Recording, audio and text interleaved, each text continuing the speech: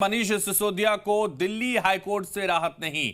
CBI case में सिसोदिया की जमानत खारिज। कोर्ट ने कहा कि मनीष सिसोदिया के खिलाफ हैं संगीन इल्जाम।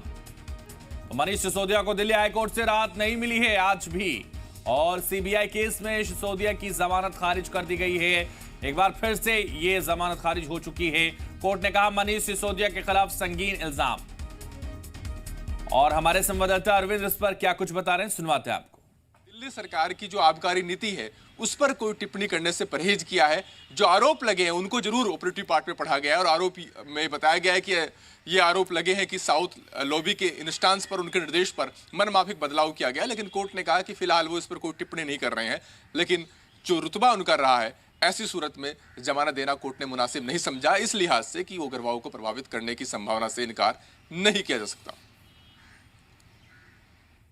तो देखिए, अरविंद बता रहे थे कि जो लगातार संगीन आरोप उन पर लगे हैं उसकी वजह से उनकी जमानत लगातार खारिज हो रही है, क्योंकि सीबीआई केस में सिसोदिया की जमानत खारिज हो चुकी है। और कोर्ट ने कहा कि मनीष सिसोदिया के खिलाफ संगीन इल्जाम हैं, और ये इल्जाम ज्यादा संगीन होने की वजह से उनको जमानत नहीं दी जा रही है। उनकी जमानत अर्जी बार बार खारिज की जा रही है। तो मनीष सिसोदिया को दिल्ली हाईकोर्ट से भी राहत नहीं मिली है। यह बड़ी जानकारी इस वक्त आपकी टीवी स्क्रीन पर है। मनीष सिसोदिया को दिल्ली कोर्ट से, हाईकोर्ट से कोई राहत फिलहाल नहीं मिली है। मनीष सिसोदिया की जमानत अर्जी खारिज हुई है।